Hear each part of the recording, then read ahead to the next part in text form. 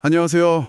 오늘은 건축가 크리스토퍼 알렉산더의 역작 질서의 본질 3권의 한 챕터를 아주 깊숙이 파고들어 볼 텐데요. 바로 제6장 살아있는 프로세스는 어떻게 공학 구조와 기하학에서 포지티브 스페이스를 생성하는가입니다. 시작부터 조금 도발적인 질문을 던져보려고 합니다. 보통 우리는 형태는 기능을 따른다. 이 말을 거의 진리처럼 여기잖아요. 네, 그렇죠. 건축계의 오랜 격언이죠. 그런데 만약 그 반대라면 어떨까요? 그러니까 아름다운 형태를 정말 끈질기게 추구하는 과정이 역설적으로 가장 튼튼하고 효율적인 공학적 구조를 낳는다면요. 바로 그 지점. 네, 오늘 저희는 이 믿기 힘든 주장이 어떻게 현실이 되는지 그 놀라운 과정을 한번 추적해 볼 겁니다. 네, 바로 그 지점이 이 챕터의 핵심이죠. 알렉산더는 현대 건축이 거의 잊어버린 예술이 있다고 말하거든요. 잊어버린 예술이요? 네, 그게 뭐냐면 건물을 단순히 기능적인 물체로 보는 게 아니라 고체, 그러니까 벽이나 기둥 같은 물질과 그 사이에 텅 빈 공간이 서로 맞물려서요. 하나의 살아있는 유기체를 만드는 과정으로 이해하는 겁니다. 마치 빛과 어둠이 서로를 정의하면서 하나의 그림을 완성하듯이 말이죠. 잊혀진 예술이라. 와, 표현이 아주 강렬하네요. 마치 우리가 뭔가 아주 근본적인 걸 놓치고 있다는 느낌을 주는데요? 그렇죠. 그럼 그 예술을 되찾기 위한 첫걸음은 어디서부터 시작해야 할까요? 아무래도 포지티브 스페이스라는 핵심 개념부터 제대로 이해해야겠죠? 맞습니다. 우리가 보통 공간이라고 하면 네거티브 스페이스를 떠올리죠. 어떤 물건을 놓고 남은 형태가 없는 잉여 공간이요. 네, 그냥 빈 곳. 하지만 포지티브 스페이스는 정반대입니다. 공간 자체가 마치 조각품처럼 아주 잘 정의된 고유의 형태와 중심을 갖는 걸 의미해요. 말은 쉬운데 건물의 빈 공간이 어떻게 그 자체로 형태를 가질 수 있다는 건지 아직은 좀 막연하게 들리네요. 이걸 확실하게 보여주는 대표적인 예가 있을까요? 물론이죠. 샤르트르 대성당의 평면도를 보면 바로 이해가 됩니다. 도면에서 검은색은 육중한 돌기둥들이고 흰색은 그 사이의 공간이거든요. 아, 네네. 여기서 중요한 건 검은색 기둥만 형태가 있는 게 아니라는 거예요. 그 사이를 채우는 흰색 공간들도 저마다 십자가 모양, 팔각형 모양 같은 아주 강력하고 아름다운 형태를 가지고 있죠. 아, 그러네요. 기둥 때문에 공간의 모양이 생기는 동시에 그 공간의 모양 때문에 기둥의 형태도 규정되는 것 같고요. 바로 그겁니다. 기둥이 공간의 모양을 만들고 동시에 공간이 기둥의 모양을 정의하는 완벽한 상호작용이 일어나는 거죠. 어느 한쪽이 주인공이고 다른 쪽이 배경인 게 아니라 둘 다 주인공인 셈입니다. 아, 이제 좀 감이 오네요. 서로가 서로의 형태를 꽉 물고 있는 느낌. 그런데 이게 그저 시각적으로 아름답다는 걸 넘어서 어떻게 건물의 구조적 안정성과 연결되는 거죠? 저는 아직도 그 지점에서 고개가 갸우뚱해지거든요. 네, 좋은 질문입니다. 알렉산더의 주장은 구조적으로 가장 잘 작동하는 것과 공간적으로 가장 아름다운 것이 사실상 거의 일치한다는 겁니다. 거의 일치한다고요? 네, 건물이라는 게 본질적으로는 수백, 수천 톤의 물질을 중력에 맞서서 쌓아올린 거대한 덩어리잖아요. 이 엄청난 질량을 어떻게 배열해서 사람들에게 깊은 감동, 즉 정신적인 힘을 주는 무언가를 만드느냐, 이게 건축의 본질적인 과제라는 거죠. 그러려면 발상의 전환이 좀 필요해요. 구조물을 아주 크게, 그리고 그 사이의 공간을 상대적으로 작게 생각하는 거죠. 기둥이나 보 같은 구조 부재들이 건물 전체에서 상당한 부피를 차지할 만큼 육중해질 때 비로소 물질과 공간이 서로 꽉 맞물리면서 강력한 패턴을 형성하게 됩니다. 물질과 공간이 서로 꽉 맞물리는 패턴. 이걸 좀 더 쉽게 이해할 만한 비유가 있을까요? 알렉산더가 제시하는 아주 멋진 비유가 있습니다. 바로 13세기 터키 셀주크 카펫이에요. 카펫이요? 네, 이 카펫의 문양을 한번 떠올려 보세요. 예를 들어 빨간색과 파란색 두 가지 색이 서로 얽혀 있는데 빨간색이 파란색의 배경이 되는 게 아니라 두 색깔 모두가 동시에 전면에 나서서 강력하게 주장합니다. 아, 네네, 본 적 있는 것 같아요. 빈틈없이 빽빽하게 맞물려 있어서 어디가 그림이고 어디가 배경인지 구분할 수가 없는 그런 거요? 맞아요. 바로 그겁니다. 이게 바로 2차원 평면에서 볼 수 있는 완벽한 포지티브 스페이스의 예시입니다. 아하. 그럼 좋은 건물이란 건 바로 그 카펫의 원리를 3차원으로 옮겨놓은 3차원 공간의 카펫 같은 거군요. 방이나 복도 같은 비어있는 공간과 기둥 벽 같은 채워진 구조가 서로 번갈아 나타나면서 조밀하고 강력한 패턴을 형성하는 거죠. 정확합니다. 그리고 이건 단지 작은 방 하나에만 적용되는 원리가 아니에요. 알렉산더는 심지어 일본 삿포로에 아파트 건물을 설계할 때도 이 원리를 적용했거든요. 아파트에도요? 보통 아파트는 모든 층이 똑같은 평면을 복사해서 쌓아 올리잖아요. 그렇죠. 하지만 이 건물은 비주기적인 그리드라는 방식을 사용해서 각 층마다 평면이 다 다릅니다. 마치 카펫의 문양처럼 전체적으로는 통일성이 있지만 세부적으로는 끊임없이 변화하는 풍부한 패턴을 만들어낸 거죠. 그러면서도 구조적으로는 완벽하게 안정적이고요. 와, 이론은 정말 매혹적이네요. 하지만 실제로 이런 아이디어를 가지고 건물을 지으려면 수많은 현실적인 문제에 부딪힐 것 같은데요. 이 원리가 실제 프로젝트에서 어떻게 구현되었는지 구체적인 사례를 보고 싶습니다. 일본의 에이신 캠퍼스 프로젝트가 좋은 예가 될 것 같네요. 네, 에이신 캠퍼스의 중앙홀은 이 개념을 아주 잘 보여줍니다. 알렉산더가 그린 첫 스케치를 보면 그냥 홀의 윤곽선만 그린 게 아니에요. 어떤데요? 뒤집힌 말발굽 모양의 공간과 그 공간을 감싸는 위쪽의 거대한 구조체 덩어리를 처음부터 하나에 맞물리는 패턴으로 구상했죠. 공간과 구조를 분리해서 생각한 게 아니라 시작부터 함께 본 겁니다. 그 홀의 천장을 보면 거대한 목재 트러스 구조가 아주 인상적이던데요. 바로 그 트러스 구조가 핵심입니다. 사진을 보면 트러스 자체의 유려한 곡선도 아름답지만 더 중요한 건 그 나무 부재들이 만들어내는 사이사이의 작은 공간들이에요. 그 삼각형 사다리꼴 모양들이요. 네, 그 작은 공간 조각들 하나하나가 전부 저마다의 의미 있는 형태, 즉 퍼지티브 스페이스를 형성하고 있죠.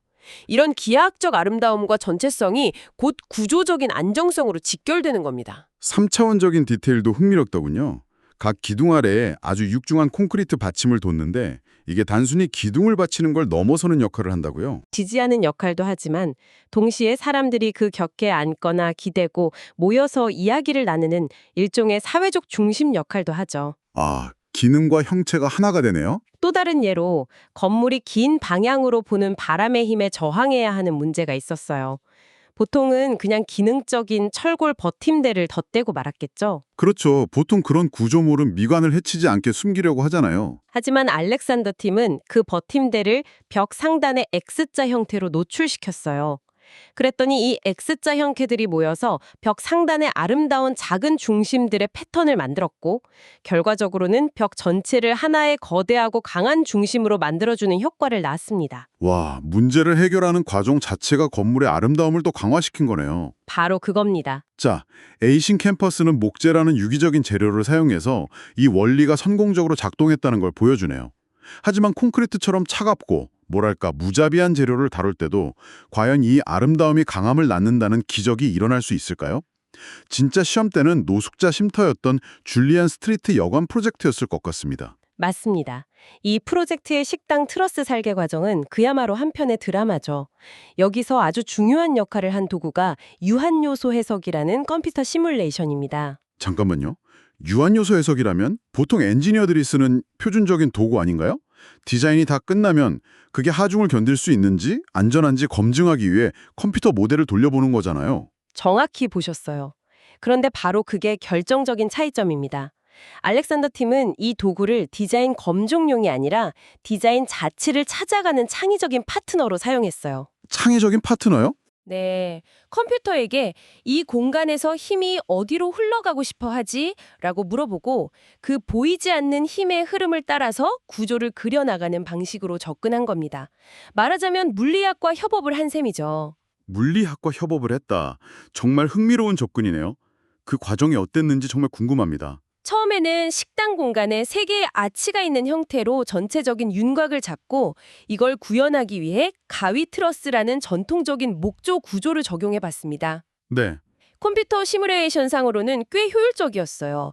그런데 막상 부재에 실제 콘크리트 두께를 입혀서 모델링을 해보니까 미적으로는 완전한 실패였습니다. 너무 뭉툭하고 어색하고 생명력이 전혀 느껴지지 않았죠. 바로 거기서 전형적인 형태와 기능의 충돌이 발생했군요. 구조적으로는 괜찮은데 못생긴 디자인. 보통 여기서 타협을 하거나 둘 중 하나를 포기해야 하는 거 아닌가요? 그렇죠. 대부분의 경우라면 그랬을 겁니다. 하지만 알렉산더는 그 미적인 실패는 자신들이 문제 자체를 완전히 잘못 이해하고 있다는 첫 번째 단서였습니다. 단서요? 네, 그래서 유한 요소 해석으로 힘의 흐름을 아주 자세히 들여다봤어요. 그랬더니 놀라운 사실을 발견합니다. 힘이 아치 위쪽의 직선 부재를 따라 흐를 거라는 예상과 달리 실제로는 아치의 곡선을 따라 흐르고 있었던 거예요. 자신들의 직관이 틀렸다는 걸 컴퓨터가 보여준 거네요. 바로 그 깨달음에서 돌파구가 열립니다. 알렉산더는 그 힘의 흐름을 그대로 시각화하듯 마치 꽃이나 식물처럼 유기적인 형태의 새로운 트러스를 스케치했어요. 드디어 미학적인 아름다움과 구조적인 원리가 일치하기 시작한 겁니다. 와, 그럼 그걸로 문제가 다 해결된 건가요? 아니요, 아직 멀었습니다. 그 아름다운 스케치를 다시 컴퓨터 모델로 분석해보니 이번엔 아치들이 만나는 몇몇 지점에서 전달력이라는 구조물을 잘라내려는 힘이 너무 집중되는 문제가 발견됐어요. 아, 또 다른 문제가? 그래서 또다시 디자인을 미세하게 조정하기 시작합니다. 힘이 집중되는 지점에는 둥근 손잡이 모양의 디테일을 추가해서 중심을 강화하고 꼭대기에는 백합 모양의 장식을 더해서 힘을 부드럽게 분산시켰죠. 모든 수정은 구조적 문제를 해결하는 동시에 기하학적 아름다움을 한층 더 강화하는 방향으로 이루어졌습니다. 그리고 마침내 결정적인 아하의 순간이 찾아왔다고 들었습니다. 네, 그 순간이 정말 극적입니다. 계속되는 미세 조정 과정에서 알렉산더는 문득 이런 근본적인 질문을 던집니다. 콘크리트는 누르는 힘에는 강하지만 잡아당기는 힘, 즉 인장력에는 거의 저항하지 못한다. 그렇죠. 실제 인장력을 받는 건 그 안에 들어있는 철근뿐이지 않은가. 그래서 컴퓨터 모델에서 인장력을 받는다고 나오는 모든 부재의 강성값을 실제 철근의 강성값, 그러니까 콘크리트의 20% 미만으로 대폭 낮춰서 다시 분성을 돌려봤어요. 잠깐만요. 이해가 잘 안 되는데요. 모델의 강도를 일부러 대폭 약하게 만들었다는 거잖아요. 상식적으로는 구조가 훨씬 더 불안정해지고 위험해져야 정상 아닌가요? 이건 물리학 법칙을 거스른 것 같은데요. 저도 처음엔 그렇게 생각했습니다. 그런데 결과는 모두의 예상을 완전히 뒤엎었어요. 놀랍게도 구조가 훨씬 더 안정적으로 변했습니다. 네. 어떻게 그럴 수가 있죠? 문제가 되었던 전달력과 휘어지려는 힘이 모두 허용치 안으로 들어온 거예요. 아니, 어떻게 그런 일이 가능하죠? 인장력이 받는 콘크리트가 없다고 가정하니까 힘의 경로가 재분배되면서 구조 전체가 훨씬 더 압축력에만 저항하는 방식으로 작동하기 시작한 겁니다. 와, 이 과정을 통해 기존에는 세상에 존재하지 않았던 완전히 새로운 방식의 구조, 이름하여 인장 네트워크 아치, 텐션 네트워크 아치가 탄생한 겁니다. 공간의 형태에서 출발해서 미학적 전체성을 일치하려는 그 집요한 노력이 결국 공학적인 혁신으로 이어진 정말 놀라운 사례죠. 정말 소름이 돋네요. 단순히 예쁜 형체를 만드는 걸 넘어서 아름다움을 지키려는 노력이 공학적 발명을 이끌어냈다는 건데요.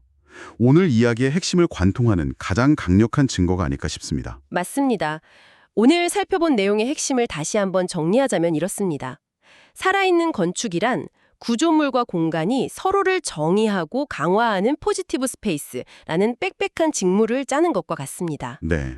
그리고 이 과정은 정해진 답을 기계적으로 찾아가는 게 아니라 내가 만들고 있는 부분이 전체와 조화를 이루는지 끊임없이 살피면서 한 단계씩 형태를 구체화해 나가는 뭐랄까 전개, 언폴딩의 과정이라고 할 수 있죠. 알렉산더의 급진적인 아이디어가 결국 옳았다는 게 증명된 셈이네요. 아름다움은 단순한 장식이나 사치가 아니라 더 깊은 질서로 우리를 안내하는 나침반과 같은 역할을 할 수 있다는 것. 정말 많은 생각을 하게 만듭니다. 자, 오늘 탐구를 마무리하며 여러분께 마지막으로 생각해 볼 거리를 하나 던져드리고 싶습니다.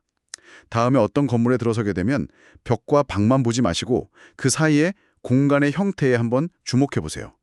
그 공간이 단순히 무언가를 채우고 남겨진 잉여 공간인가요? 아니면 그 자체로 의미 있고 아름다운 모양을 가지고 있나요? 그리고 그 공간의 형태가 어쩌면 그 건물의 보이지 않는 생명력에 대해 무엇을 말해주고 있을까요?